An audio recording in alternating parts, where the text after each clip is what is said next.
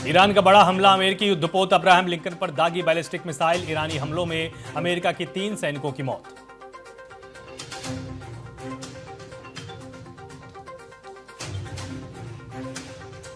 Khamenei की मौत को रूस के राष्ट्रपति पुतिन ने बताया हत्या, कहा अंतर्राष्ट्रीय कानूनों का हुआ उल्लंघन।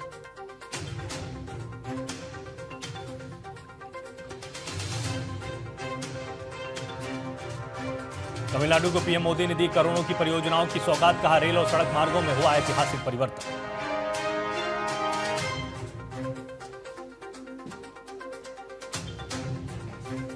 उत्तराखंड के काशीपुर में होली मिलन समारोह में शामिल हुए प्रदेश के मुख्यमंत्री पुष्कर सिंह धामी। लोक कलाकारों संग खेली होली।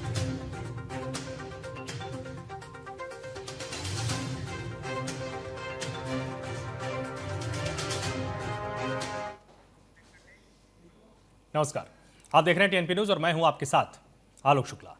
मिडिल ईस्ट में अमेरिका, इजराइल और ईरान के बीच जारी सैन्य टकराव से हालात और ज्यादा गंभीर होते दिख रहे हैं। अब ईरानी मीडिया ने अमेरिकी सेना के एक बड़े युद्धपोत अब्राहम लिंकन को निशाना बनाए जाने का दावा किया है। यह वही युद्धपोत है जिसका इस्तेमाल अमेरिका ने ईरान पर हमले के लिए किया था। दावा किया गया है कि ऑपरेशन टू प्रॉमिस 4 के तहत ईरान की सशस्त्र सेनाओं ने अमेरिकी इजरायली टारगेट्स पर कार्रवाई की। इसी दौरान अमेरिकी एयरक्राफ्ट कैरियर अब्राहम लिंकन को 4 बैलिस्टिक मिसाइलों से निशाना बनाया गया। हालांकि अमेरिकी सेना ने ईरानी मीडिया के दावे को सिरे से खारिज किया है।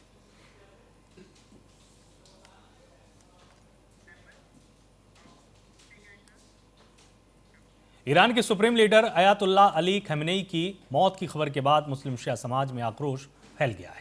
यूपी के आगरा में शहीद सालिस मस्जिद में बड़ी संख्या में लोग इकट्ठा हुए और अमेरिका के राष्ट्रपति डोनाल्ड ट्रंप और इजरायल के प्रधानमंत्री बेंजामिन नेतान्याहू के खिलाफ नारेबाजी करके पुतला दहन किया। कुछ प्रदर्शनकारी मस्जिद से बाहर प्रदर्शन करने लगे, लेकिन पुलिस ने उन्हें रोक लिया। महिलाओं को सुरक्षित मार्ग से बाहर निकाला गया और वापस मस्जिद परिसर में भेजा गया। मैं तमाम मोमिनीन आगरा की जानिब से रहबर इनकलाब इस्लामी आयतुल्लाह खामनाई साहब की शहादत पर ताज़ियत पेश करता हूँ और अमेरिका और इसराइल के इस कायराना हमले की सख्त अल्फाज में मजम्मत करता हूँ। एक बार फिर पूरी दुनिया के सामने अमेरिका और इसराइल का वहशी चेहरा बेनकाब हो चुका है।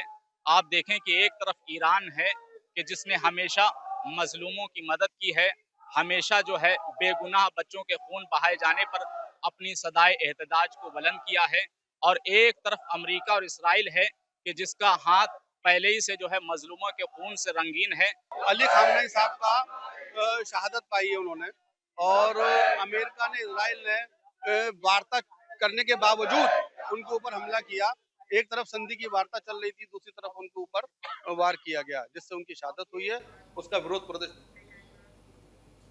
प्रधानमंत्री नरेंद्र मोदी ने तमिलनाडु में 4,400 करोड़ रुपए से ज्यादा के इंफ्रास्ट्रक्चर प्रोजेक्ट्स का उद्घाटन किया है। साथ ही तमिलनाडु में ही 8 अमृत भारत रेलवे स्टेशन और 3 नए आकाशवाणी FM रिले ट्रांसमीटर का उद्घाटन किया। इसके बाद पीएम मदुरई के तिरुप्पनकुंद्रम स्थित अरुलमिगु सुब्रमण्यम स्वामी मंदिर भी गए। वहां उन्होंने पूजा अर्चना की और मंदिर के पुजारियों ने पीएम को भगवान की तस्वीर भेंट की। मदुरई में पीएम मोदी ने जनसभा को संबोधित किया। पीएम मोदी ने कहा कि राष्ट्र के भविष्य को आकार देने में तमिलनाडु की निर्णायक भूमिका रही है। हमारा सामूहिक लक्ष्य एक विकसित भारत के लिए एक विकसित तमिलनाडु है।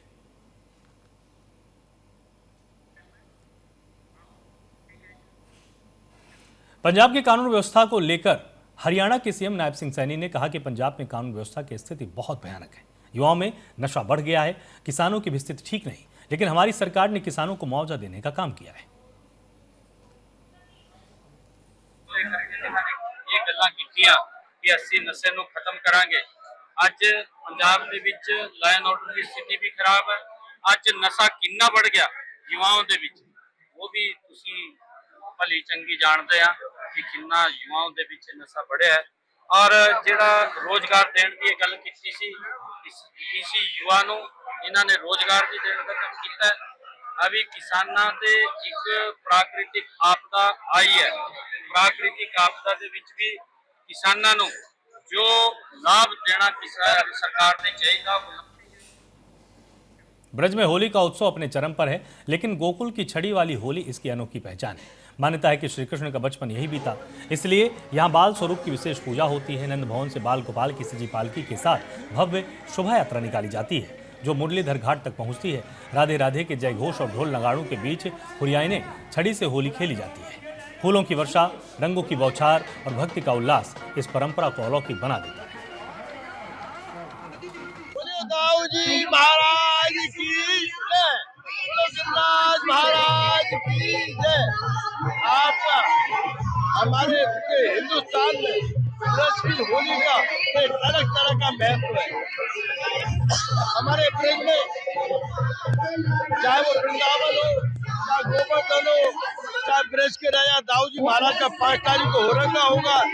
जैसा कि हम सभी जानते हैं 24 तारीख से लेकर के मथुरा में विभिन्न स्थानों पे बरसाना का लड्डू माल, लठमार, नंदगांव का लठमार, वृंदावन का फूलों वाली होली और गुलाल की होली, लगातार ये चीजें चल रही हैं। इसी क्रम में आज गोकुल में छड़ी मार होली की गई है। देखिए, बहुत ही खुशी का विषय है। ब्रज में ये पूरा 40 दिन जो होली का उत्सव चलता है, उसमें आज ठाकुर जी के साथ छड़ी मार होली का जो यहाँ के जो हमारे सेवायत हैं और उनके परिवार के लोग हैं, ये छड़ी मार होली का आयोजन करते हैं। की जो रस बरस रहे हो गोकुल में, सो रस तीनों लोगों में होना है। इस अनुभव के लिए ब्रह्मा जी आए। ब्रह्मा जी ने सभी ब्रज के ग्वाल बाल गैया विलुप्त कर दी और 6 महीना बाद आए तो वही ऐसे ही मिले। तो ये नारायण की भूमि है, हमारे लाला की चलेगी और किसी की नहीं चलेगी। ब्रज भूमि मथुरा में होली का उत्सव लगातार मनाया जा रहा है और आज यहाँ गोकुल में छड़ी मार होली जो कि बहुत ही परंपरागत है और यहाँ पर महिलाएं और जो ग्वाल हैं वो आए हुए हैं और पूरी आस्था और श्रद्धा के साथ होली का मंचन कर रहे हैं। हम लोगों ने पुलिस को बैरिकेड करके चारों तरफ लगाया। नोएडा में होली और रमजान को देखते हुए गौतम बुद्ध नगर कमिश्नरेट में हाई अलर्ट घोषित किया गया है। पुलिस कमिश्नर लक्ष्मण सिंह के निर्देशन में सुरक्षा के पुख्ता इंतजाम किए गए हैं। 45 संवेदनशील स्थान चिन्हित कर 26 क्यूआरटी और 4 प्लाटून पीएसी तैनात की गई है। पुलिस ने सोशल मीडिया से निगरानी करने की बात कही। साथ ही हुड़दंग, शराब पीकर वाहन चलाने और अफवाह फैलाने वालों पर सख्त कार्रवाई की चेतावनी भी जारी की गई है। होली का त्योहार करीब है और 2 दिन बाद होली बड़े उत्साह के साथ गौतम बुद्ध नगर में खेली जाएगी। ऐसे में बता दें कि बाजारें जो है सज चुकी हैं। आप मेरे पीछे देख सकते हैं कि किस तरह से रंग और पिचकारी की दुकानें जो है वो बाजारों में सज चुकी हैं और लोग होली की तैयारी के लिए बड़े उत्साह के साथ जो है जुट गए हैं। बाजारों में रौनक देखने को मिल रही है। वहीं हर्बल रंगों के साथ अब की बार गौतम बुद्ध नगर वासी जो है वो होली का त्योहार मनाएंगे। ऐसे में होली और रमजान एक साथ पड़ने की वजह से पुलिस प्रशासन की चिंता जो है सुरक्षा को लेकर थोड़ी बढ़ गई है। वहीं अब हम सुरक्षा की अगर बात करें तो ज्वाइंट कमिश्नर और कमिश्नर के निर्देश पर पुलिस प्रशासन जो है वो लगातार हर बाजार में, हर सेक्टर में पैदल मार्च कर रहा है। वहीं जांच की जा रही है और साथ ही साथ सुरक्षा के पुख्ता इंतजाम भी किए गए हैं। ड्रोन से भी निगरानी होगी। वहीं निर्देश भी दिए गए हैं कि अगर कोई भी व्यक्ति गलत काम करते पाया गया या कोई भी संदिग्ध व्यक्ति बाजार में पाया जाता है तो उस पर सख्त कार्रवाई होगी। बात करें होलिका दहन की तो 1080 स्थानों पर अब की गौतम बुद्ध नगर में होलिका दहन होगा। वहीं सुरक्षा की व्यवस्था को देखते हुए पुलिस प्रशासन ने पूरे गौतम बुद्ध नगर को 10 जोन और 26 सेक्टरों में बांटा है। इसके साथ ही लगातार पुलिस बाजारों में एक्टिव दिख रही है और साथ ही साथ लोगों से लगातार अपील कर रही है कि होली खुशियों का त्योहार है, इसे खुशी के साथ मनाएं। बाकी बने रहिए हमारे साथ और देखते रहिए टीएनपी न्यूज। मैं श्रीवास्तव, वीडियो पर्सन के साथ नोएडा। उत्तर प्रदेश के एटा जिले में एक भीषण सड़क हादसा हुआ है। आसपुर फ्लाईओवर पर गाजियाबाद से कानपुर जा रही टाटा सफारी पीछे से ट्रक में जा घुसी। हादसे में कार सवार 6 लोग घायल हो गए, जिनमें 4 की हालत गंभीर बताई जा रही है। सूचना मिलते ही पुलिस मौके पर पहुंची और सभी घायलों को एम्बुलेंस से वीरांगना अवंतीबाई मेडिकल कॉलेज भेजा गया, जहां उनका इलाज जारी है। शुरुआती जानकारी के मुताबिक हादसा चालक को नींद आने की वजह से हुआ माना जा रहा है।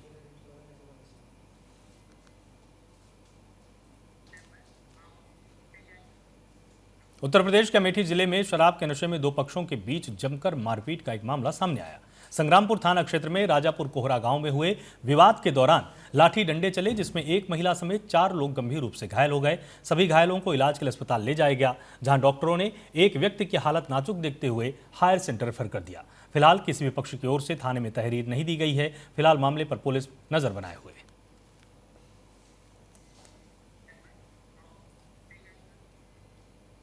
यूपी के एटा में आलू की फसल में भारी नुकसान से आहत एक किसान ने आत्महत्या कर ली है।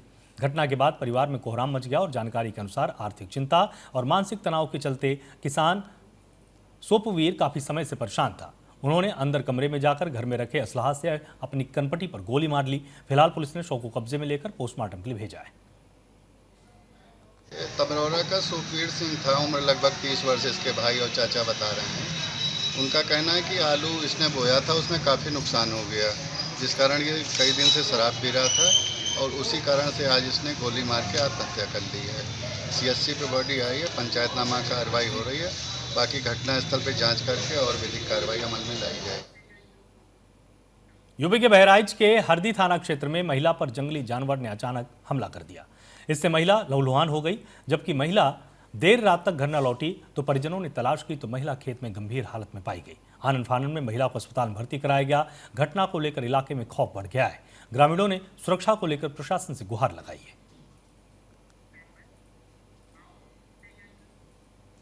जगदलपुर में बीजेपी प्रदेश अध्यक्ष किरण सिंह देव ने वित्तीय वर्ष 2026-27 के राज्य बजट को ऐतिहासिक बताते हुए कहा कि बजट केवल आंकड़ों का दस्तावेज नहीं है, बल्कि छत्तीसगढ़ की 3.25 करोड़ जनता की आकांक्षाओं को पूर्ण करने वाला संकल्प पत्र है। साथ ही ये भी कहा, यह बजट भ्रष्टाचार मुक्त, पारदर्शी और परिमाणोन्मुखी कार्यप्रणाली का जीता जागता उदाहरण है।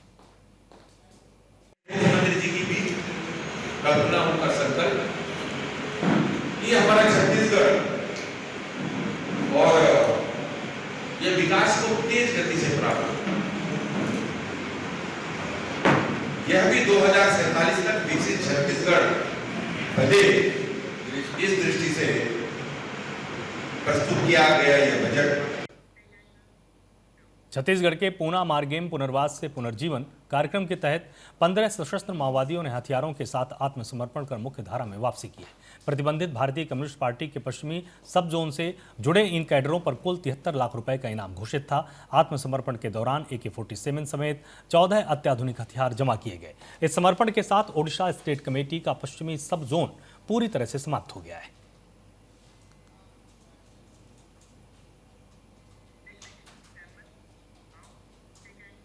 मध्य प्रदेश के शाजापुर में आगामी त्योहारों को लेकर पुलिस ने कानून और शांति व्यवस्था बनाए रखने के लिए फ्लैग मार्च निकाला। पुलिस बल ने संवेदनशील मार्गों पर पैदल भ्रमण कर नागरिकों को शांति, सौहार्द और कानून का संदेश दिया। पुलिस अधीक्षक ने नागरिकों से त्योहारों के दौरान शांति बनाए रखने की अपील की।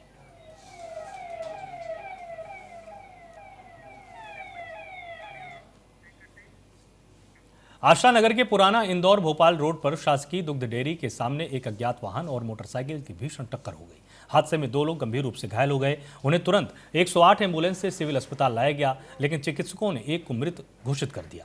पुलिस ने मामला दर्ज कर शव परिजनों को सौंप दिया है।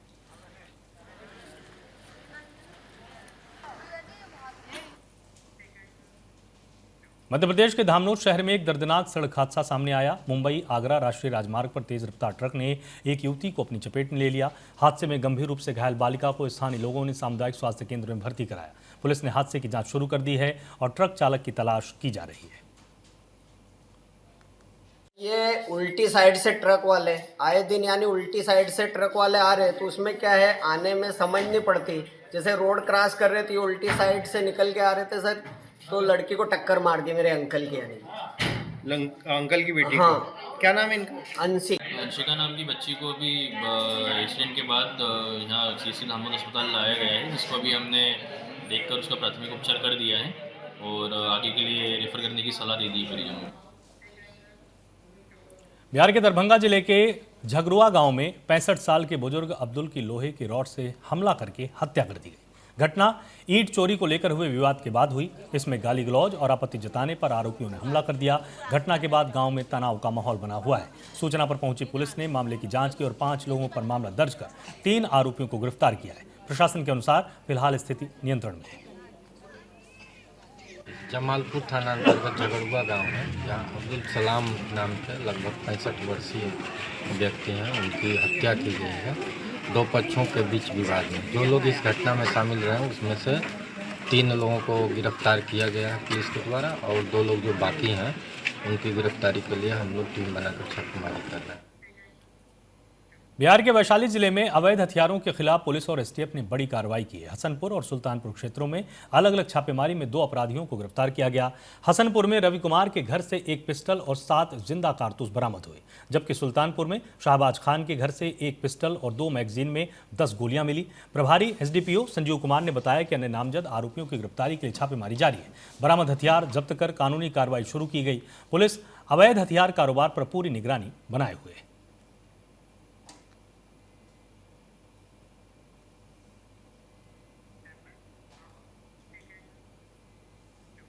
राजस्थान के जोधपुर में अखिल भारतीय कुम्हार समाज ने युवक युवती परिचय सम्मेलन की तैयारी को लेकर बैठक की है। बैठक में शामिल अतिथियों का स्वागत पुष्पमालाओं से किया गया। बैठक में समाज के पदाधिकारी, सहायक पुलिस उप निरीक्षक और अन्य समाज सेवी मौजूद रहे। आपको बता दें कि 5 अप्रैल को विश्वकर्मा पब्लिक स्कूल में युवक युवती परिचय सम्मेलन का आयोजन किया जाएगा।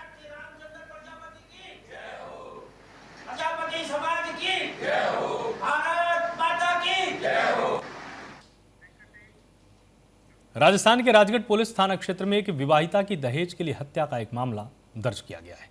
आरोप है कि विवाहिता पायल मीणा को मारपीट कर उसका शव 28 फरवरी को गांव के पास एक कुएं में फेंका गया। पुलिस ने पति समेत 3 लोगों के खिलाफ मामला दर्ज किया है। मृतका के भाई ने बताया कि ससुराल पक्ष के लोग विवाह के बाद से ही 5 लाख रुपए के अतिरिक्त दहेज की मांग कर रहे थे। मांग पूरी न होने पर वो पायल के साथ मारपीट भी करते थे। मृतका के परिजनों ने विवाहिता की हत्या के आरोपियों की तत्काल गिरफ्तारी की मांग की है। फिलहाल पुलिस ने मेडिकल बोर्ड से पोस्टमार्टम करवाकर शव परिजनों को सौंप दिया है। 7 महीने पहले शादी की थी सिस्टर की। अब 1 महीने बाद से उनके मारपीट शुरू होने लगी। मनीषा थी, उसको रखता था, उससे बात करता था और वो दोनों उसको पीटते थे, जोर चुके थे। इस वजह से कल वो मनीषा ने पीटा, उसके बाद सोनू ने पीटा, दोनों ने पीटा उल्टा। उसके बाद फिर वो फिर क्या हुआ? उसके बाद छत्तीसगढ़ के राजे में 29 लाख रुपए की ठगी मामले में पुलिस ने बड़ी कार्रवाई की है। पुलिस ने डीसीबी बैंक के पूर्व मैनेजर उत्कर्ष वर्मा को गिरफ्तार कर लिया। मामला गोबरा नवापारा थाना क्षेत्र का है, जहां पीड़ित राकेश कंसारी ने शिकायत दर्ज कराई थी कि उनके दिवंगत पिता के जरिए जमा कराए गए 2 करोड़ रुपयों में से फर्जी दस्तावेजों के जरिए 29 लाख रुपए निकाल लिए गए। पुलिस ने मामला दर्ज किया है। आरोपी को गिरफ्तार कर न्यायालय में पेश किया गया।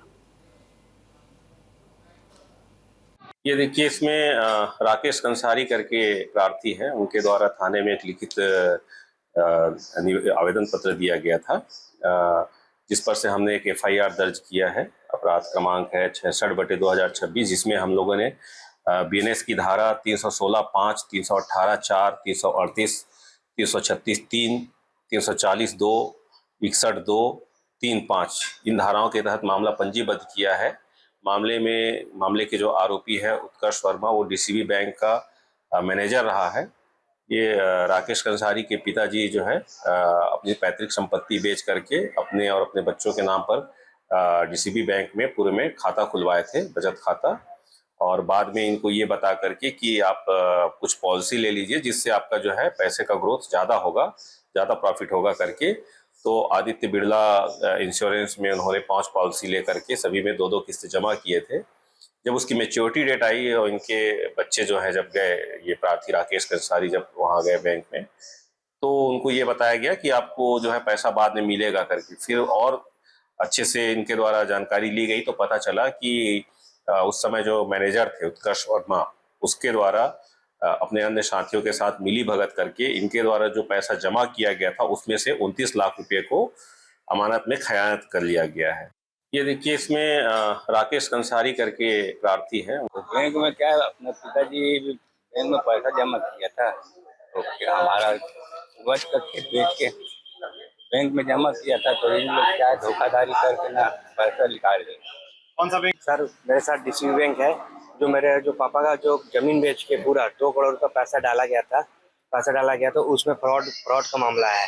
मामला ये है कि हमारा जो पॉलिसी आदित्य बिरला जो पॉलिसी है, वो पॉलिसी हमारे आने वाले भविष्य के लिए लिया गया था। तो उसमें कम से कम 55 लाख रुपए का पॉलिसी था, तो उसमें हमारे साथ 14 लाख रुपए लोन के माध्यम से निकाले। गढ़वा में सब्जी विक्रेता हत्याकांड का पुलिस ने खुलासा कर दिया है। बिजका बाजार में 25 फरवरी की शाम सरेआम गोली मारकर दीपक चौधरी की हत्या जमीनी विवाद के कारण हुई थी। पुलिस ने कार्रवाई करते हुए 3 आरोपियों विजय सिंह, जेठू सिंह और बजरंगी चौधरी को गिरफ्तार कर जेल भेज दिया। हत्या में इस्तेमाल बंदूक, गोली और बाइक पुलिस ने बरामद कर लिए। थाना क्षेत्र अंतर्गत बिजका ग्राम के पास एक साप्ताहिक बाजार लगती है। उस बाजार में शाम के टाइम में एक सूचना भंडरिया थाना को प्राप्त हुआ कि एक व्यक्ति को गोली लग गई है, जिससे उसकी मृत्यु हो गई है। तो भंडरिया थाना की टीम त्वरित कार्रवाई करते हुए घटनास्थल पर पहुंचकर जो घायल व्यक्ति था उसको डाल्टनगंज ले जाया गया, जहां उसे डॉक्टरों द्वारा मृत घोषित कर दिया गया, जिसका नाम दीपक चौधरी था। ये वहाँ बिजका बाजार में साप्ताहिक जो बाजार लगती है उसमें वो सब्जी बेचने का काम करता था। उसके बाद जो मृतक दीपक चौधरी। भागलपुर जिले में पुलिस ने गुप्त सूचना के आधार पर बड़ी कार्रवाई करते हुए 3 मादक पदार्थ तस्करों को गिरफ्तार किया है। कहलगांव थाना क्षेत्र में नायरा पेट्रोल पंप के पास से पुलिस ने 7 किलो गांजे के साथ खानपुर पिरपैंती निवासी रंटू मंडल और राजेश जायसवाल को पकड़ा। वहीं सुल्तानगंज थाना क्षेत्र के अबजूगंज में छापेमारी कर 5 ग्राम स्मैक के साथ कलाली गली निवासी अमित कुमार झा को गिरफ्तार किया गया। अन्य आरोपियों की गिरफ्तारी के लिए छापेमारी चल रही है। थाना को सूचना प्राप्त हुई कि पिरपैंती की ओर से आने वाली सड़क के रास्ते से एक काले रंग की मोटरसाइकिल पर सवार 2 लोग अवैध जो ये मादक पदार्थ लेकर जा रहे हैं। तो इस सूचना का सत्यापन किया गया और इसमें छापामारी हेतु जो एसडीपीओ कहलगांव के नेतृत्व में एक विशेष टीम का गठन किया गया। और इस टीम ने जब वहां जाकर मतलब कि वाहन चेकिंग वगैरह शुरू किया तो इनके द्वारा मतलब कि कहलगांव। फिलहाल के लिए इतना ही। आप लगातार जुड़े रहिए टीएनपी न्यूज़ के साथ। नमस्कार।